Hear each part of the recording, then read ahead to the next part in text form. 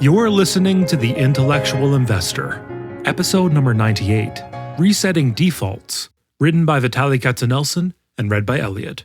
To read this article online, or to listen to more episodes, visit investor.fm. To learn more about Vitaliy's investing firm, IMA, go to imausa.com. Resetting Defaults, January 2019.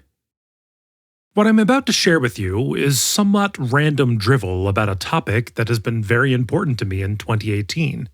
Time. I am anything but an expert on it. And in fact, as you'll see, this is something I fail in and am trying to fail less. I've recently read Make Time, written by Knapp and John Zeratsky, two ex-Google engineers who worked on Gmail and YouTube. The book is written by geeks for geeks like me, and probably the majority of my readers. Jake and John provide very insightful tips on how to make time. Also, they made me look at technology companies and time from a slightly different perspective. Think about Procter & Gamble, Hershey, Nestle, the old giants of the late 20th century. If you were an engineer or chemist working for one of those companies, you probably loved your job, creating products consumers were delighted to spend more and more money on, be it instant coffee, TV dinners, or exotic things covered in chocolate. The more successful you were, the more of your company's products consumers bought, and thus the more dollars they spent. But today, the majority of products sold by Silicon Valley companies like Facebook, Twitter, and Google are not sold in stores. And even more importantly, consumers don't pay for them with dollars, but rather with what is seemingly the cheapest commodity of all: time, which, ironically, is the scarcest commodity. Google's, Facebook's, and Twitter's business models are not much different from those of TV networks like ABC, CBS, and NBC. They provide you free content, and you pay for it with your time, thus allowing Procter & Gamble to pitch you its new soap. However, there are two distinct differences between TV networks and the Silicon Valley giants. First, there is the question of privacy. Technology companies know hundreds of times more about you than old media companies did. And secondly, TV networks may only have access to you an hour or two in the morning and 4 hours in the evening. But Google, Facebook, and Twitter are on your mobile device, which is with you 24/7. They even follow you into the bathroom. I don't buy into rhetoric that these companies are evil. Not at all. These companies are one ego trip away from turning into MySpace. They are certainly not as evil as Coke, which incessantly advertises that drinking its products will make you feel like $1 million and help you get along socially, meanwhile turning the masses into caffeine and sugar addicts, and contributing mightily to the global diabetes epidemic. But the Silicon Valley giants who employ engineers who love what they do definitely want to create products that you will be enticed to use and find quite addicting. How much you are going to use is up to you. Well, almost.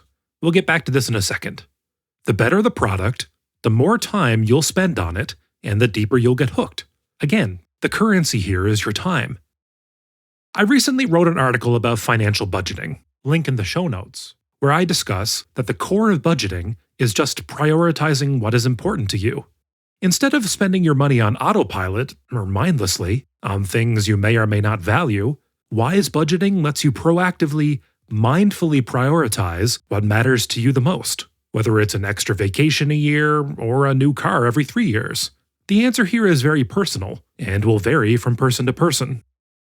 Our income, no matter how much money we make, can always be exceeded by our insatiable and ever-growing wants.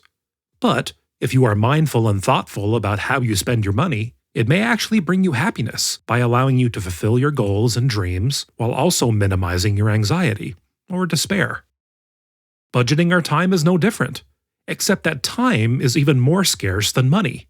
If you allow your life to run on default settings by technology companies' enthusiastic engineers, your time will turn into the digital equivalent of your consuming Hershey Kisses as a meal replacement for breakfast, lunch, and dinner. After I read Make Time, I looked up on the Screen Time app on my iPhone to see how much time I spend on my phone. The number is too embarrassing for me to commit it to paper. My biggest time hog was not Facebook, but Twitter, and another huge culprit was email. Though my notifications were off, I checked email on my phone nonstop. If I just took this time I wasted and spent it on reading books, I'd be able to read an extra book or two a week. Instead of trying to fight temptation, an act that consumes immense energy, I followed the Make Time author's recommendation.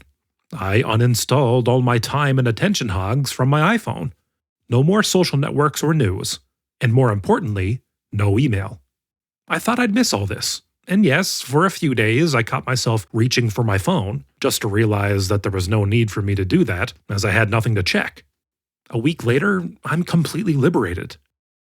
The reality is that if I don't reply to my emails instantly, nothing in my life or the life of the sender is going to change. Now I set a time twice a day to read my emails on a laptop or desktop. To make it less accessible, I remove Gmail shortcuts from my toolbar. The Make Time guys argue that you should never reply to emails right away.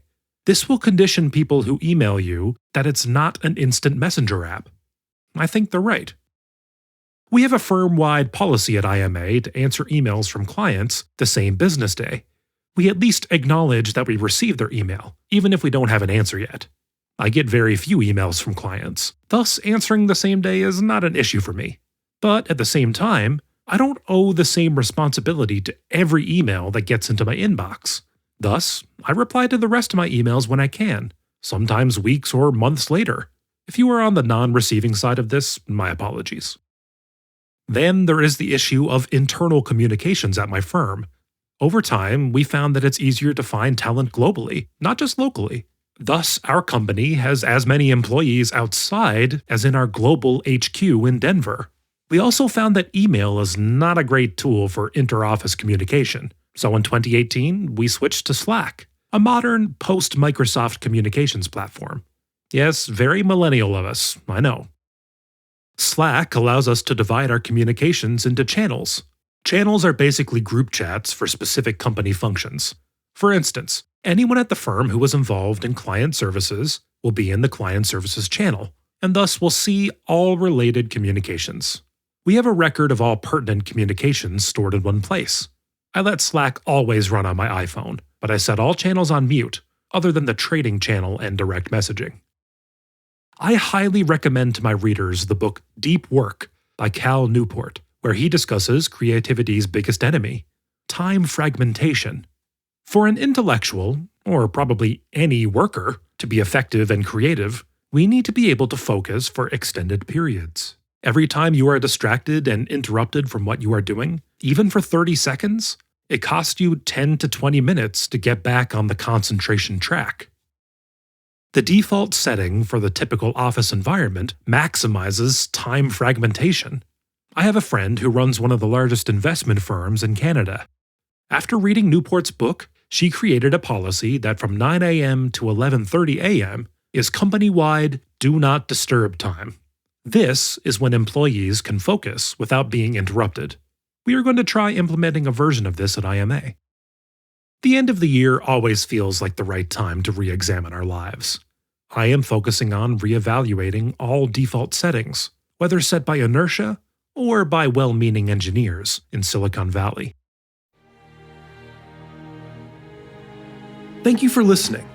This and other investment articles by Vitaliy Katzenelson are based on value investing principles that were first brought down from the mountain by Benjamin Graham and later were popularized by Warren Buffett.